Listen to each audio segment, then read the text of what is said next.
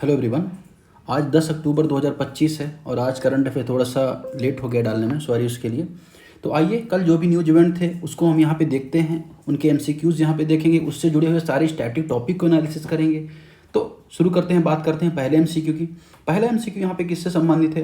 पहला एमसीक्यू यहाँ पे पीएम कुसुम योजना से संबंधित है, किसान ऊर्जा सुरक्षा योजना। अब आखिर ये किसान ऊर्जा सुरक्षा योजना क्या है, सरकार क्यों इसको लेकर चर्चा में है? देखिए, किसानों को आपको पता है कि अगर आप देखें खेती होती है तो उसमें सिंचाई के लिए क्या चाहिए? ऊर्जा चाहिए। अब वो जो ऊर्जा होती है, अगर आप देखें बिजली होती है, वो बिजली ज़्यादातर अगर आप देखें जो हम बनाते हैं या सरकार बनाती है वो यूज हो जाती है किसमें? खेती में। सरकार का यहाँ पे प्रयास है कि अगर सौर ऊर्जा की उपलब्धता किसानों तक कर दी जाए तो जो ऊर्जा खेती में लग रही है, किसानों के पास जा रही है, वह क्या है? बचत होगी, है ना। तो ये यहाँ पे सरकार का प्रयास था, साथ ही किसानों को अतिरिक्त आय भी मिलेगी। इस उद्देश्य से सरकार ने इसको शुरू किया और उसके सरकार ने 3 कंपोनेंट बनाए, component A, component B, component C. अब अगर आप बात करें कंपोनेंट ए में क्या होता है, तो कंपोनेंट ए में अगर आप देखेंगे जो कृषि योग्य भूमि है उसको काउंट किया जाता है। जैसे मान के चलिए कोई भूमि है बैरन है, अर्थात कृषि योग्य है, या तो मतलब मान के चलिए अनकल्टिवेटेड है, वहाँ पे खेती नहीं हुई है और वहाँ पे 2 मेगावाट से कम का अगर हम देखें प्रोजेक्ट वहाँ पे लगना है तो उसको ए कैटेगरी में डाला जाता है। फिर अगर आप देखो ऑफ ग्रिड या स्टैंड अलोन जो इसके सोलर ग्रिड होती हैं उनको बी कैटेगरी में डाला जाता है, ठीक है। और कृषि से जुड़े पंपों को या सोलराइजेशन या बड़े जो थोड़ा सा प्रोजेक्ट होते हैं उनको सी कैटेगरी में यहाँ पे डाला जाता है। इस तरह का यहाँ पे पर्पज रहता है और केंद्र सरकार तथा स्टेट गवर्नमेंट दोनों ही यहाँ पे मिलकर काम यहाँ पे करते हैं, ठीक है। अब यहाँ पे एक चीज़ और है, जैसे मान के चलिए किसान अतिरिक्त बिजली पैदा कर लेता है तो डिस्कॉम्स को, जो बिजली डिस्ट्रीब्यूशन की जो कंपनी होती हैं, उनको किसान बेच सकता है। इसका जो व्यवस्था है सरकार इनको कराएगी, ये तो यहाँ पे पर्पज रहता है सरकार का, ठीक है। अब अगर आप देखेंगे कि अभी एमसीक्यू क्या कह रहा है कि PM Kusum scheme was launch in 2019 to promote solar energy use in agriculture. बहुत ही जनरल स्टेटमेंट लग रहा है तो एकदम यहाँ पे सही हो सकता है, ठीक है, कि हाँ सरकार ने ये योजना लॉन्च की है। तो 2019 में लॉन्च की है, ये भी आपको फैक्ट पता होना चाहिए, ठीक है। दूसरा, इट एम टू ऐड 34,800 मतलब 34,800 megawatt for solar capacity by 2026। यह भी एक फैक्ट है, इंपॉर्टेंट है। एमसीक्यू का पर्पज 2 चीज़ होता है, एक तो आपको पता है या नहीं पता, ये पता करना। दूसरा, अगर आपको नहीं पता है तो आपको याद हो जाए, दूसरा पर्पज ये होता है। तो ये दूसरा पर्पज यहाँ पे आपका इंश्योर हो रहा है, आपको पता है पहले स्टेटमेंट में करेक्ट है, लेकिन आपको फैक्ट याद हो जाना चाहिए कि 2019 में शुरू किया गया है। दूसरा, इसका लक्ष्य 34,000 मेगावाट है, 2026 तक इसका उद्देश्य, यह भी पता होना चाहिए कि 2026 आने वाला है। यूपीएससी एमसीक्यू बना सकता है, कोई भी एग्जाम एमसीक्यूज बना सकते हैं। तीसरा, under component C, farmers with grid connected pump can sell excess solar power to discom. मैंने सी कैटेगरी के बारे में बताया था आपको कि अधिक ऊर्जा उत्पन्न कर सकते हो, अगर ज़्यादा ऊर्जा है तो वो क्या कर सकते हैं? डिस्कॉम्स को बेच सकते हैं। तो तीनों ही स्टेटमेंट यहाँ पे करेक्ट आपको देखने को मिल रहे हैं, ठीक है। अब यहाँ पर तीनों स्टेटमेंट से तो कौन सा आंसर सही हो जाएगा? सी इसका यहाँ पे आंसर सही हो जाएगा, ठीक है। अब आगे बढ़ते हैं, थोड़ा सा कुछ और जान लेते हैं। जैसे मान के चलिए सरकार और क्या क्या कर रही है। देखिए, सरकार का टारगेट क्या है? सरकार का टारगेट ये है कि 2030 तक 500 मेगावाट जो एनर्जी है वो किससे जनरेट करना है? नवीकरणीय ऊर्जा से जनरेट करना है। क्यों करना है? क्योंकि सरकार ने ग्लासगो में समिट हुआ था, किसका? यूएनएफसीसीसी का समिट हुआ था। UNFCCC, United nation framework convention on climate change, ठीक है। उस समिट में सरकार ने पंचामृत का कॉन्सेप्ट दिया था, पंचामृत का टारगेट लिया था, जिसमें से एक टारगेट ये था कि 2030 तक हम क्या करेंगे? 500 जो गीगावाट एनर्जी है उसको, सॉरी मेगावाट नहीं होगी जी, गीगावाट होगा, उसको हम सोलर ऊर्जा से जनरेट करेंगे। सरकार ने यह भी टारगेट लिया था 2070 तक हम कितना? जीरो कार्बन हो जाएंगे, जीरो कार्बन हो जाएंगे। तो जीरो कार्बन होना है हमें, तो हमें सोलर ऊर्जा इन सबको बढ़ावा देना होगा। इसीलिए सरकार की एक और स्कीम चल रही है, पीएम सूर्य घर मुफ्त बिजली योजना। ये सरकार ने 2024 में इसको शुरू किया था। लगभग सरकार का टारगेट है 1 करोड़ जो यूजर्स हैं उनको सोलर जो पैनल से प्रोवाइड कराया जाए, जिससे घर में वो क्या करें, छत में सोलर पैनल लगाएं और 300 यूनिट फ्री बिजली तक अगर हम बात करें जो यूज करते हैं वो आसानी से वहाँ पर जनरेट कर लें। सरकार नेशनल सोलर मिशन है, सोलर पार्क स्कीम है, सोलर कैनल प्रोजेक्ट है। जैसे रीवा में अल्ट्रा मेगा सोलर पार्क सरकार ने 2018 में लगाया था 750 मेगावाट का। अभी बांसवाड़ा में सरकार ने लगाया था। मैंने इस पर पूरा डिटेल वीडियो बनाया है, अगर आप सर्च करेंगे मेरे नाम से दिवस द्विवेदी और बांसवाड़ा का जो प्रोजेक्ट था उसको लेके, तो आपको आसानी से मिल जाएगा। तो इस तरह के सरकार बहुत सारी स्कीम सरकार यहाँ पे चला रही है। आगे बढ़ते हैं दूसरे एमसीक्यू की तरफ। दूसरा एमसीक्यू बात कर रहा है, Bridgeoporus kanaddii is a new fungal species discover in the forest of Arunachal Pradesh. Arunachal Pradesh में ब्रिजोपोरस जो कनाडी स्पीसीज है यहाँ पे पाई गई है। एक नई तरह की फंगस स्पीसीज है, कवक प्रजाति है, ये यहाँ पे स्टेटमेंट कह रहा है। दूसरा, it has exceptional large fruiting body is capable for bearing the weight of human. इसका जो फल का असाधारण रूप से बड़े होते हैं, मनुष्य का भार सहन कर सकते हैं। अब दूसरा स्टेटमेंट हो गया। तीसरा, it parasitises living for tree for nutrients. यह पोषक तत्वों के लिए जीवित देवदार के पेड़ों में रहते हैं। तो देवदार जो पेड़ होते हैं, खासतौर पर अगर आप देखें हिमालय के तलहटी रीजन में पाए जाते हैं, वहाँ पर रहते हैं। यह यहाँ पे स्टेटमेंट कहना चाह रहा है। अब अगर आप बात करें यहाँ पर कि जो ब्रिजोपिनस कनाडी है अरुणाचल प्रदेश जिसको खोजा गया है, फंगस स्पीसीज है, और जो कणाद ऋषि हैं भारत में इतिहास में, उनके नाम पर इसे क्या नाम दिया गया है, ब्रिजोपोरस कनाडी, ये नाम दिया गया है। तो नाम क्यों है ये आपको पता होना चाहिए, फंगस है ये भी आपको पता होना चाहिए। और जो मृत देवदार के जो पेड़ होते हैं, मतलब जो डेड होते हैं, उनमें क्या करता है ये न्यूट्रिएंट्स के लिए, पोषण के लिए जाके चिपक जाता है या उनमें उग जाता है। ठीक है, ये बात आपको यहाँ पे याद रखनी है। अब अरुणाचल प्रदेश में पाया गया है, ठीक है, तो स्टेटमेंट यहाँ से बनाया जा सकता है। इसमें पश्चिमी घाट कर दिया, कुछ और पूछ के आपका स्टेटमेंट गलत कराया जा सकता है। अब इस टॉपिक में आपके स्टेटमेंट 1 और 2 यहाँ पे करेक्ट होंगे। ठीक है, तीसरा जो ऑप्शन यहाँ पे ये इनकरेक्ट है। ठीक है, ये जो पोषक तत्व हैं जीवित देवदार में नहीं, बल्कि डेथ जो होते हैं, जो डेड होते हैं, डेड जो देवदार के पेड़ होते हैं उनमें ही जाके चिपकता है। ठीक है, ये बात होगी। अब अरुणाचल प्रदेश के बारे में कुछ और चीज़ जान लेते हैं। जैसे अरुणाचल प्रदेश में इंपॉर्टेंट नेशनल पार्क है Namdapha national park. Namdapha national park जिसको स्टैब्लिश किया गया था 1983 में, वो टाइगर रिजर्व भी है। ठीक है, दूसरा माउलिंग नेशनल पार्क, माउलिंग, तो ये दोनों नेशनल पार्क इंपॉर्टेंट है। कहाँ पे है, 1986 में इसको स्टैब्लिश किया गया था अरुणाचल प्रदेश में।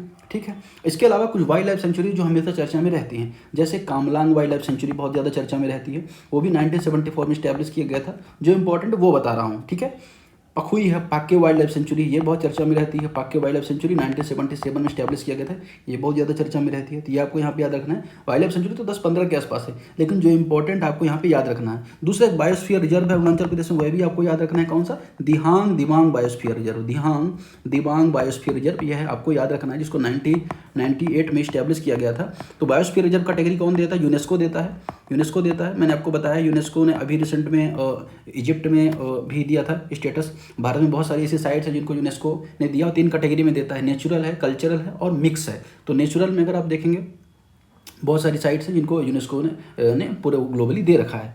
तो ये चीज़ आपने यहाँ पे देख लिया। पक्के जो टाइगर, पक्के के बारे में हमने बात किया था यहाँ पे, तो उसको कब स्टैब्लिश किया गया था, 2002 में स्टैब्लिश किया गया था, टाइगर रिजर्व भी है।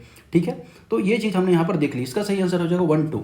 क्वेश्चन नंबर 3 देखेंगे यहाँ पे, दामोदर रिवर के बारे में है। दामोदर रिवर जो होती है आपको तो पता होगा, वेस्ट बंगाल में बहती है, छोटा नागपुर पठार रीजन में, झारखंड में भी बहती है, ये आपको इतना थोड़ा बहुत नॉलेज होगा। स्टेटमेंट क्या है कि Damodar river originated from the Palamu hills. तो पलामू हिल से निकलती है क्या, जो छोटा नागपुर पठार का रीजन है, अगर आप देखें ये वाला जो रीजन है इंडिया में, इस रीजन से निकलती है, छोटा नागपुर पठार यहीं पे है। ठीक है, दूसरा it is tributary of Hooghly river and part of the Ganga river system. ये हुगली नदी का पार्ट है ना, और दूसरा गंगा रिवर का सिस्टम का भी पार्ट है। तीसरा the Damodar valley project India's first multipurpose river valley project. तो दामोदर जो घाटी परियोजना है भारत की पहली मल्टीपर्पज रिवर वैली प्रोजेक्ट है। अब तीनों स्टेटमेंट में कौन सा सही है, तो तीनों ही सही हैं। पहली बात यहाँ पे आपको पता होना चाहिए कि पलामू जो पहाड़ियाँ हैं छोटा नागपुर पठार में रीजन में हैं, वहाँ से निकलती है। तो 3 फैक्ट तो आपको यहाँ पे तैयार हुए। दूसरा वेस्ट बंगाल में ही बहती है, ये भी आपको पता होना चाहिए। ठीक है, फिर श्यामपुर नामक स्थान है, श्यामपुर नामक स्थान ये जाके जो दामोदर रिवर है, जो दामोदर रिवर गई और हुगली में जाके मिल जाती है, हुगली में जाके मिल जाती है। तो ओवरऑल ये क्या पार्ट हो जाती है, गंगा रिवर सिस्टम का भी पार्ट हो जाती है।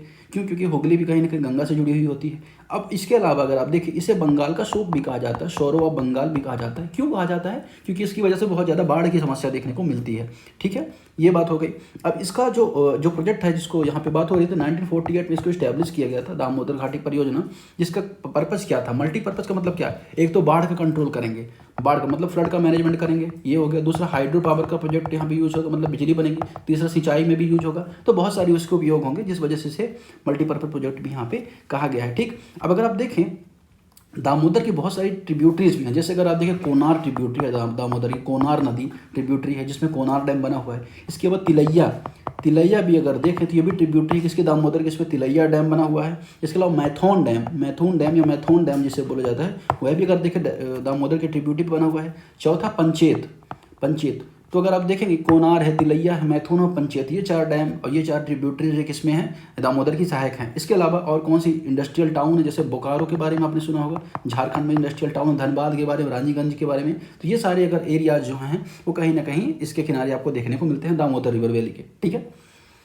क्वेश्चन नंबर 4 की तरफ बढ़ेंगे। Consider the following statements. यहाँ पे द FCSS के बारे में है। FCSS क्या मतलब कि foreign currency settlement system has been launch under the payment settlement act 2007। अब ये पेमेंट सेटलमेंट एक्ट 2007 कौन सी बला है, ये आपको पता होना चाहिए। देखिए क्या है कि भारत में बहुत सारे भुगतान के सिस्टम इस टाइम पे हो गए हैं, जैसे यूपीआई है, कार्ड है, मोबाइल वॉलेट है, आरटीजीएस है, एनईएफटी है। अब ये सारा पेमेंट मैकेनिज्म है, आरबीआई तो सारा अकेले मैनेज कर नहीं पाएगा। आरबीआई के पास 2 एक्ट है, एक 1949 का एक्ट है, दूसरा 1934 का एक्ट है। इन दोनों एक्ट में प्रॉपरली इनके बारे में कोई प्रावधान था नहीं। सरकार ने क्या किया, 2007 में एक और एक्ट बनाया जिसे पेमेंट एंड सेटलमेंट एक्ट कहा गया। तो जो भी डिजिटल पेमेंट इकोसिस्टम सरकार बढ़ा रही है उसको यहाँ पे उसके संबंध में रेगुलेशन जारी करना, उसका ध्यान रखना, उसके लिए अथॉरिटी एक डिजिनेट करने का काम यहाँ पे इसको किया गया, किसको, पेमेंट सेटलमेंट एक्ट को। ठीक है, तो ये आपको पता होना चाहिए। उसी के अंतर्गत जैसे कोई डॉलर वगैरह का लेन देन होता है, फॉरेन करेंसी से कोई लेन देन होता है, विदेशी मुद्रा में, डॉलर में, यूरो में, येन में, है ना, तो उसका जो सेटलमेंट होता है उससे कहा जाता है फॉरेन करेंसी सिस्टम सेटलमेंट, ये कहा जाता है। ठीक है, अब इसमें अगर देखें तो जो भी ट्रांजैक्शन होते हैं उसका ध्यान रखा जाता है जो फॉरेन से रिलेटेड होते हैं। तो अभी जो गिफ्ट सिटी गुजरात में है वहाँ पे यह व्यवस्था शुरू की गई, जिस वजह से ये न्यूज़ में आ गया। ठीक, तो पहले स्टेटमेंट तो जनरल है, अब ऑटोमेटिक आपको सही लगेगा। दूसरा, it allow settlement for foreign currency transaction between IFSC bank units locally. यह लोकल स्तर पर, अगर आप देखिए आईएफएससी बैंक यूनिट के बीच में स्थानीय स्तर पर विदेशी मुद्रा लेन देन के निपटान की अनुमति देता है। ये यहाँ पे ये कहना है स्टेटमेंट का। ठीक है, तीसरा, it is operated by the reserve bank of India under the supervision of IFSCA. अब आईएफएससीए के अंतर्गत ये रिजर्व बैंक के द्वारा रेगुलेट होता है, यह बात यहाँ पे कह रहा है। तो ये बात यहाँ पे एकदम इनकरेक्ट है। ठीक है, रिजर्व बैंक डायरेक्टली, और ये जो आईएफएससी इसके द्वारा सुपरविजन इसका नहीं किया जाता है। ठीक है ना, इसके लिए प्रॉपरली एक एक्ट बना हुआ है, उसके द्वारा सुपरविजन होता है, ना कि इसके अंतर्गत, है ना।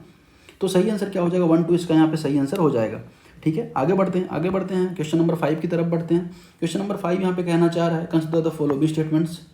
पैरामाइरोथेसियम स्ट्रेंचीज is a newly discovered fungal species found in the Kerala Western Ghats.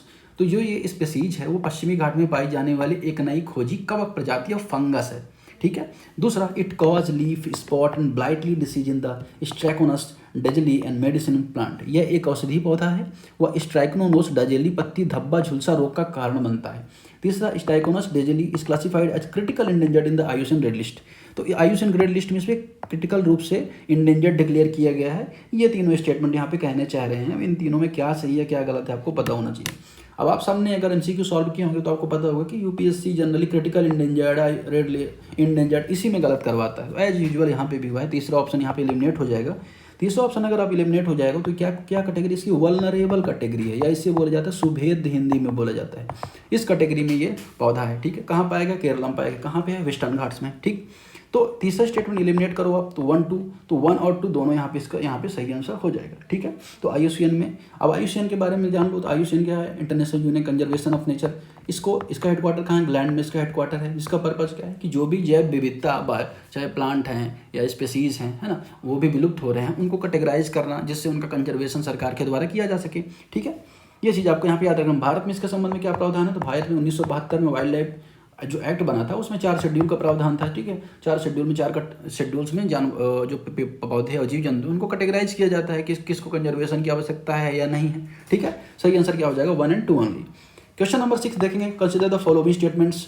मेरा Hou Chongba festival is celebrated annually in Manipur and promoted hilly valley unity. Mera Houba जो चोंगबा महोत्सव है मणिपुर में पहाड़ी घाटी में एकता को बढ़ावा देने के लिए प्रतिवर्ष मनाया जाता है। अब ये स्टेटमेंट अगर सही होता है तो इसका मतलब ये तो पता चल गया ना, मणिपुर में मनाया जाता है, इतना ही पूछा जाएगा। 3 स्टेटमेंट देने का पर्पज ये कि 1 मिनट अगर आप फंसोगे, 2 मिनट आप टाइम दोगे तो आपको क्या है ना, मल्टीपल फैक्ट्स याद हो जाएंगे। तो छोटी मोटी चीज़ तो आपको तुरंत एग्जाम में याद आ जाएगी। ठीक है, इट इन्वॉल्व रिचुअल लाइक मेरा थामोई थानवा। इसका रिचुअल्स किस तरह का है, मेरा थानोबी थानवा है, औपचारिक रूप से अग्नि प्रज्वलन किया जाता है, उसके आसपास डांस वांस ये सब सेलिब्रेशन किया जाता है। Only Meitei community participate in the festival. अब ये भी आपको पता होना चाहिए क्योंकि मेती कम्युनिटी के बीच में मणिपुर में विवाद चल रहा था, है ना, 2 लोकल कम्युनिटी थी, एक मेती कम्युनिटी थी, उन दोनों के बीच विवाद चल रहा था। तो इसके संबंध में क्वेश्चन बन सकते हैं।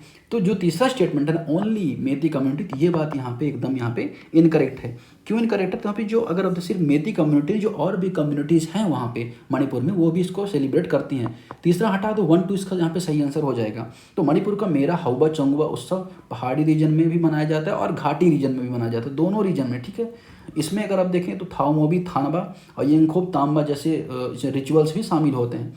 ठीक है, और इसका पर्पज़ क्या होगा, शांति बनाना, एकजुटता, यूनिटी बनाना, ये सब यहाँ पे इसका पर्पज़ होता है। सही आंसर क्या हो जाएगा, B 1 और 2 ओनली। क्वेश्चन नंबर 7 देखेंगे, सुवर्ण सिरी प्रोजेक्ट के बारे में। Subansiri hydro electric project is run of the river scheme on the Subansiri river Arunachal Pradesh. तो अरुणाचल प्रदेश में एक नदी है सुवर्णसिरी, जो सहायक नदी है किसकी, ब्रह्मपुत्र की, उस पर एक प्रोजेक्ट है जिसको बोला जाता है सुवर्णसिरी अपर हाइड्रो इलेक्ट्रिक प्रोजेक्ट। दूसरा, it is being developed by NHPC, ठीक है, limited and will have installed capacity 2000 megawatt. इसे NHPC लिमिटेड द्वारा बनाया गया है, इसकी क्षमता 2000 मेगावाट है। ये दूसरा स्टेटमेंट हो गया। तीसरा, the Subansiri river also known as gold river is a left bank tributary of Brahmaputra. अब क्या ये ब्रह्मपुत्र जब ऐसी आती है, ये सपोज करिए ये नॉर्थ ईस्ट का मैप है, ठीक है ना, ये नॉर्थ ईस्ट का मैप है, तो यहाँ से घुस रही है, ठीक। तो ये जब आ रही है तो क्या इधर से बाएं से मिल रही है सुवर्णगिरी। अब इन तीनों में क्या सही है आपको बताना है। तो पहला स्टेटमेंट केवल सही है, यहाँ पे बाएं से नहीं मिलती है। सुवर्णगिरी के बारे में अगर देखें तो दाहिने से मिलती है, इधर से मिलती है सुवर्णगिरी ब्रह्मपुत्र में। तो राइट बैंक ट्रिब्यूटरी, ये आपको पता होना चाहिए। और ये जो प्रोजेक्ट है सिर्फ 1800 मेगावाट का है, ना कि किसका 2000 मेगावाट का। तो ये दोनों गलत हो जाएंगे। सही आंसर क्या हो जाएगा, ओनली 1, ठीक है। ब्रह्मपुत्र और सुवर्ण, ये इसके अलावा ध्यान दिवांग और भी यहाँ पे प्रोजेक्ट्स हैं, लेकिन अभी यहाँ पे हमें इतना ही देखना है। क्वेश्चन नंबर 8 देखेंगे, इसके बाद 2 और MCQs हैं। क्रोहन डिसीज जो होता है is a chronic inflammatory ball disease that can affect any part of digestive track. तो जो हमारा डाइजेस्टिव सिस्टम होता है या पाचन तंत्र होता है, उसमें जो क्रोहन रोग होता है वो सूजन कर देता है, आंत को प्रभावित कर सकता है, क्रोहन डिसीज। दूसरा, it commonly affect the small intestine, ये छोटी आंत को प्रभावित करता है, beginning of the large intestine, और बड़ी आंत के आरंभिक भाग को भी या इनिशियल स्टेज को भी प्रभावित करता है। आपको पता होगा, अगर आपने देख रखा होगा पाचन तंत्र, तो यहाँ पे अगर आप देखेंगे इस तरह का जो स्ट्रक्चर दिखता है, छोटी आंत बड़ी आंत, तो उनको इम्पैक्ट करता है। The disease can be fully cured with properly medicine and therapy, इसको पूरी तरह से उपचार किया जा सकता है, इसके संबंध में दवा वगैरह उपलब्ध है, ये यहाँ पे कहना चाह रहा है। अब क्या मामला है देखिए, अगर हम देखें यहाँ पर इसका पूर्णतः उपचार अभी संभव नहीं है, पूरी तरह से इसका इलाज अभी संभव नहीं है। तो तीसरा स्टेटमेंट एलिमिनेट करो आप, तो 2 और 3 में 1 और 2 यहाँ पे स्टेटमेंट इसका सही आ जाएगा। क्रोहन जो रोग होता है, अगर आप देखें लॉन्ग टर्म एक रोग हो जिसे IBD भी कहा जाता है, वो हमारी जो इंटेस्टाइन है उसको क्या करता है, निगेटिवली इम्पैक्ट करता है, ठीक है, और सूजन करता है, ठीक है। अगर स्टार्टिंग में लक्षण दिख रहे हैं तभी इसको नियंत्रित किया जा सकता है, बहुत ज़्यादा समस्या होगी तो फिर उसे ठीक नहीं किया जा सकता। तो 1 और 2 इसका यहाँ पे सही आंसर हो जाएगा। क्वेश्चन नंबर 9 देखेंगे यहाँ पर। क्वेश्चन नंबर 9 लास्ट MCQs है, यहाँ पे देखेंगे। कंसिडर द फॉलोइंग स्टेटमेंट्स, यहाँ पे इसको मिटा देते हैं, गिव मी अ सेकंड, गायब ही हो गया, चलिए देखते हैं। The ITAT income tax appellate authority establish in 1941 as a quasi judicial अर्ध न्यायिक निकाय के रूप में ITAT को इनकम टैक्स अपीलेट अथॉरिटी को स्टैब्लिश किया गया था 1941 में। दूसरा, it function under the administrative control of the ministry of finance, तो वित्त मंत्रालय के अंतर्गत इसे कंट्रोल किया जाता है, ये आपको पता होना चाहिए। तीसरा, each bench of ITAT generally consist of 1 judicial member and 1 accountant member. ITAT प्रत्येक पीठ में सामान्यतः 1 न्यायिक सदस्य और 1 लेखाकार सदस्य होता है। इन तीनों स्टेटमेंट में कौन से स्टेटमेंट सही है आपको यहाँ पे बताना है। अब अगर आप बात करें इन तीनों स्टेटमेंट में, सही स्टेटमेंट केवल 1 और 3 है, ठीक है। अब क्यों है ये मैं आपको बताऊंगा। देखिए, आप क्या है इनकम टैक्स के बारे में जानते हो कि इनकम टैक्स क्या है, या अगर हम जिसको वो आयकर किसे कहते हैं, तो इनकम टैक्स मतलब होता है कोई व्यक्ति है, कोई संस्था है, वो अपनी आय पर एक धनराशि है, एक हिस्सा सरकार को देती है, जिसे एक डायरेक्ट टैक्स भी माना जाता है। टैक्स के 2 टाइप होते हैं, आपको पता है, डायरेक्ट और इनडायरेक्ट। तो डायरेक्ट टैक्स का टाइप है इनकम टैक्स। अब इसके लिए कानून बनाया 1961 में, इनकम टैक्स एक्ट, जिसके अंतर्गत अगर हम देखें तो CBDT एक बॉडी बनाई जाती है जो इनकम टैक्स कलेक्ट करने और इस सब के जो संबंध में रेगुलेशन है, एक अथॉरिटी बॉडी है CBDT, central board of direct tax जिसे कहा जाता है। अब क्या कॉन्स्टिट्यूशनल राइट है टैक्स, तो ये भी बात यहाँ पे सही है। आर्टिकल 265, कोई कर अधिकार बिना कोई कानून के अधिकार बिना कर नहीं लगाया जाएगा, यहाँ पे बात करता है। तो क्योंकि यहाँ पे एक्ट बनाया जाता है, इसी एक्ट के अंतर्गत टैक्स लगाया जाता है। अब अगर आप देखो इनकम टैक्स की जो स्लैब्स हैं, ये 5 लोगों पर एक तरह लगा, इंडिविजुअल पर है, हिंदू अनडिवाइडेड फैमिली पर है, कंपनीज पर है ना, एसोसिएशन पर, तो बहुत सारी चीज़ों पर अगर देखें इनकम टैक्स आपको देखने को मिलेगा। लेकिन इसकी स्लैब्स अभी हाल में चेंज हुई, वो जानना जरूरी है। जैसे 0 से 4 लाख के आसपास अगर आपकी इनकम है तो 0% का स्लैब है, फिर 4 लाख से 8 लाख की इनकम है तो आपके पास 5% का स्लैब होता है, 8 लाख से 12 लाख में 10% का स्लैब है, 12 लाख से 16 लाख में 15% का स्लैब है, फिर 16 लाख से लेकर 20 लाख की इनकम है तो 20% का स्लैब है, और 20 लाख से 24 लाख है तो आपके पास 25% का स्लैब है, और 24 लाख से अधिक इनकम है तो 30% का स्लैब है। तो ये टोटल स्लैब्स होती हैं वर्तमान में इनकम टैक्स के संबंध में, ये आपको पता होना चाहिए क्योंकि कई बार पूछा जा सकता है। अब इस एमसीक्यू में क्या कहा गया था, इस एमसीक्यू कहा गया था मिनिस्ट्री ऑफ फाइनेंस के अंतर्गत होता है, ये बात यहाँ पे नहीं है। जो अथॉरिटी है ना वो अगर आप देखेंगे तो लॉ जो मिनिस्ट्री है विधि मंत्रालय उसके अंतर्गत काम करती है। तो दूसरा ऑप्शन यहाँ पे इनकरेक्ट हो जाएगा, दूसरा हटा दो आप। तो 1 और 3 इसका यहाँ पे करेक्ट आंसर हो जाएगा। तो आज के डिस्कशन फिलहाल इतना ही। कैसा लगा? अगर आपको पसंद आता है तो आप लाइक भी करें, दूसरों से शेयर भी करें, जिससे मुझे भी मोटिवेशन मिले, है ना। Thank you.